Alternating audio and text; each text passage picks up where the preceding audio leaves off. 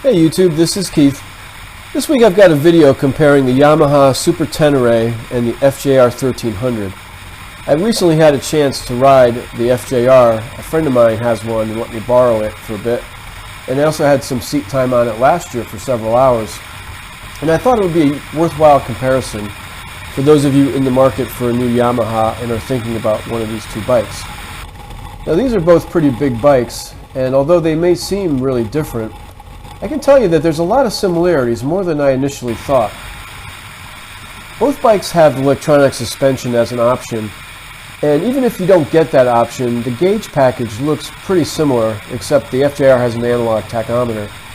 But the interface of it when you sit behind the handlebars is remarkably similar. These bikes are really characterized by having a lot of smoothness. Now I know Yamaha on the Super Tenere has used some counterbalancers to really smooth out that parallel twin. And I don't know how the FJR does it, but it manages to be even smoother. The inline 4 is just an outstanding machine. The other thing these bikes have in common is the handling. As you're going to see in these onboard videos, they are just perfect for riding these big sweeping curves. And I can speak from experience that they can handle the first and second gear curves as well.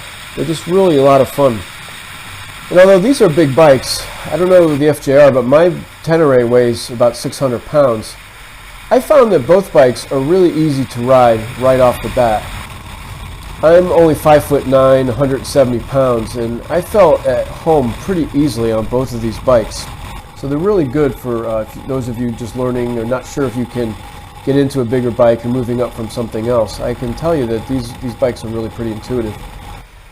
But I'd say the biggest factor in choosing this bike, and it's kind of a toss-up, and this I think is the deciding factor, is whether or not you decide to take it in the dirt or not.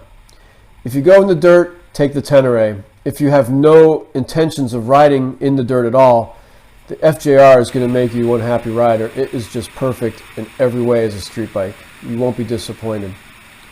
Thanks for watching. If you have any feedback, please put it below. Give me a thumbs up or subscribe, and I really appreciate you watching my videos.